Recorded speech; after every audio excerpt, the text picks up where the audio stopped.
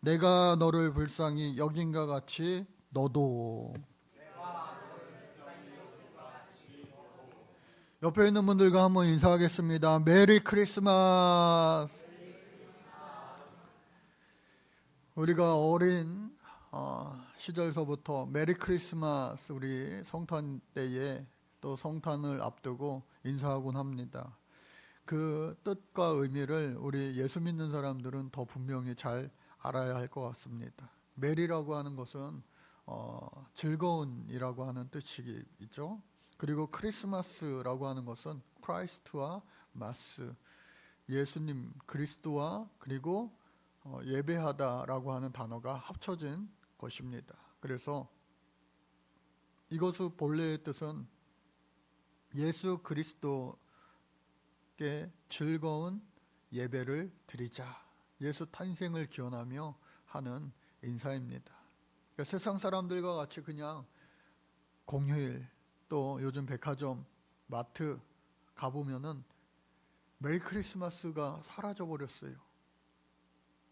해피 홀리데이라고 바뀌어 버린 오늘 이 시대 아닙니까? 성탄의 주인공 대신 예수님이 사라지고 그리고 산타클로스가 그 자리를 대신하고 있는 것 같아요. 성탄의 주인은 다른 이 누구도 아닌 바로 우리 구주 예수 그리스도임을 여러분들 아시고 또 믿고 살아가시기를 간절히 바랍니다. 마태복음 말씀을 같이 보니까요. 같이 한번 읽어볼까요? 시작. 아들을 낳으리니 이름을 예수라 하라. 이는 그가 자기 백성을 그들의 죄에서 구원할 자이심이라 하니라. 이미 예수님이 나시기 전부터 그의 이름을 예수라 하였습니다. 그 뜻은 그가 자기 백성을 그들의 죄에서 구원할 자이시다 라고 하는 겁니다. 그래서 우리 지난주간 말씀 제자들에게 예수님께서 말씀해 주셨어요. 형제들 중에 나에게 죄를 범하면은 가장 먼저 1대1로 가서 권면해 주어라. 두 번째는 그래도 듣지 않으면 두세 사람이 함께 가서 증인된 자들이 가서 또 한번 권면해 줘라. 들으면 되는데 안타깝게도 그래도 듣지 않는다면 마지막으로 교회의 7위의 영역으로 넘어가지만 그것은 7위의 목적이 아니라 회복의 목적이 있다라고 말씀을 나누었죠. 오늘 그 말씀을 듣고 베드로가 예수님께 질문합니다. 예수님, 그러면은 용서를 몇 번이나 해야 됩니까? 여러분, 사람들이 정말 큰 죄를 내게 범했을 때 한 번 참고 두 번 참고 몇 번 참아야 됩니까? 몇 번 용서해 줘야 됩니까? 라고 하는 질문이 있죠. 그래서 이 베드로가 예수님께 칭찬받기 위하여 큰 맘 먹고 7번이면 되겠습니까? 라고 했어요. 그러나 이 예수님께서 7번이 아니라 7번씩을 70번씩 해라. 그러니까 무려 49번도 아니고 490번을 용서하라고 한 겁니다. 아니, 어떻게 그렇게 할 수가 있겠습니까? 다 등 돌리고 남남으로 살죠. 같은 배에서 자란 형제들도 또 때로는 부모와 자식 간에도 어떠한 사건 사고들로 인하여서 멀어지고 결국은 남남으로 살아가는 경우도 얼마나 많습니까? 그런데 어젯밤에 제가 잠깐 주일 준비를 하면서 산책을 나갔는데 어떤 엄마와 중고등학생 정도로 보이는 딸이 함께 이렇게 산책을 나왔더라고요. 그리고 그 엄마가 그 딸아이를 이렇게 손 붙잡고 약간 이렇게 슬로우 러닝이라고 그러죠. 요즘에 천천히 이렇게 뛰더라고요. 한두 번 뛴 솜씨가 아닌 것 같아요. 그런데 그 딸아이가 약간 정신지체가 있는 아이였어요. 그 모습을 보면서 얼마나 많이 그동안 이렇게 나왔을까. 그 불편한 아이를 데리고 얼마나 많이 나왔을까 하는 생각을 하면서 마음이 짠해지더라고요. 자식이니까, 엄마니까, 사랑하니까 수없이 시행착오를 겪고 또 참고 마음을 다지고 사랑하는 그 아이를 그렇게 함께 달리러 나온 거 아닌가 하는 생각을 할 수 있었습니다. 오늘 예수님께서 비유로 말씀하십니다. 어느 나라에 한 임금이 있었어요. 그리고 부자가 있었습니다. 이 온도 좀 낮춰주세요. 어느 부자가 있었고 또 임금이 있었는데, 예수님 시대에 부자도 보통 부자가 아닙니다. 무려 나랏빛을 1만 달란트를 지었다. 오늘 성경에서 예수님은 말씀하고 계세요. 1만 달란트라고 하는 값을 오늘날 돈으로 환산해 보니까 어마어마한 돈입니다. 얼마 정도가 되느냐? 계산해 보니까 무려 약 12조 정도가 돼요. 12조. 1달란트가 6천 데나리온인데 1데나리온이 바로 노동자 하루 일당입니다. 품값입니다. 그러니까 1달란트만 해도 365일 쉬지 않고 일을 해야 16년 5개월을 계속 토요일 주일 쉬지 않고 주 7일을 명절 없이 일해야 모을 수 있는 돈이에요. 그런데 거기다 1만을 곱하니까 이거는 도저히 일반 사람으로서는 감당할 수 없는, 갚을 수 없는 12조로 계산이 되는 거예요.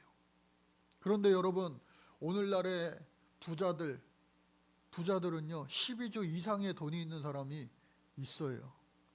우리가 잘 아는 삼성 이재용 회장은요, 현재 그의 재산 가치가 얼마나 되나 이렇게 조사해 봤더니 남의 돈도 막 조사할 수 있어요. 21조가 되더라고요. 그러니까 이 1만 달란트를 갚고도 남는 부자예요. 큰 부자예요. 또 우리나라에 와서 화제가 되었던 이재용 정의선을 다 불러서 치킨 파티를 했던 젠슨 황이라고 하는 엔비디아 회장은 그의 재산이 추정치가 약 150조 원이 됩니다. 그러니까 12조 원을 충분히 갚고도 남는 그런 큰 부자죠. 그런데 성경에서는 부러울 것이 아니라 부자가 천국에 가는 것이 얼마나 힘들냐면 낙타가 바늘길을 뚫고 나가는 것보다 더 힘들다, 예수님 말씀하셨어요. 일반 사람들에 속한 사람은 아니었겠지만 이 사람도 12조의 빚을 갚지 못하여 감옥에 갈 뻔했는데 임금이 그를 불쌍히 여겨서 그 빚을 모두 다 탕감해 주었습니다. 없애 주었어요. 그런데 얼마나 그 은혜가 큽니까? 너무나 기쁘고 즐거워서 요즘에도 개인 회생이라고 하는 제도가 있는데 큰 빚을 도저히 감당할 수 없으니까 인간다운 삶을 살 수 있도록 그것을 채무 변제해 주는 제도 아니에요? 이 사람에게도 그러한 은혜가 입었어요. 12조라고 하는 엄청난. 그런데 그 빚을 탕감받고 집에 가는 그 길에 어쩜 내 앞에 나의 돈을 안 갚은 사람이 있는 거예요. 그 돈의 값은 100데나리온입니다. 아까 이야기한 것처럼 1데나리온이 오늘 20만 원의 가치가 있다면 100데나리온은요 2천만 원이에요. 12조의 빚을 탕감받은 이 사람이 집에 가다가 나에게 2천만 원 꼬가고 안 갚은 사람을 만나니까 그냥 기분 좋아서 그래 너도 내가 없던 걸로 해줄게 하면은 참 좋았을 텐데 이 사람이 그러지 못한 거예요. 그도 그럴 것이 다 빚잔치 하고 나서 이제 자기도 다시 살아야 되는데 어쩌면 돈이 수중이 하나도 없었을 수도 있는데 그래도 2천만 원 내가 받을 돈이 있었구나 했을 수도 있어요. 그래서 사연 없는 무덤이 없는 것처럼 그 2천만 원을 달라고 하니까 돈이 없다는 거예요. 경기가 어려운가 봐요, 나라가. 그러면은 천천히 갚아라. 아니면 나도 탕감받았으니 너도 탕감해 주겠다 라고 하면 좋았을 뻔했는데 그 자를 데리고 감옥에 간 겁니다. 이 자를 감옥에 넣어주세요. 내 돈을 안 갚습니다. 그런데 그 보고가 임금에게까지 올라가서 그 보고를 받고 그 임금이 노하여 이르되 오늘 말씀의 제목입니다. 어떻게 해요? 같이 읽어보겠습니다. 시작. 내가 너를 불쌍히 여김과 같이 내가 너를 불쌍히 여겨 너의 모든 빚을 탕감해 주었건만 너는 어떻게 그렇게 할 수가 있냐 하면서 너도 내 동료를 불쌍히 여김이 마땅하지 아니하냐 왜 그러지 못하느냐 하며 주인이 노하여 임금이 노하여 그 빚을 다 갚도록 그를 옥졸에게 넘겼다라고 하는 겁니다.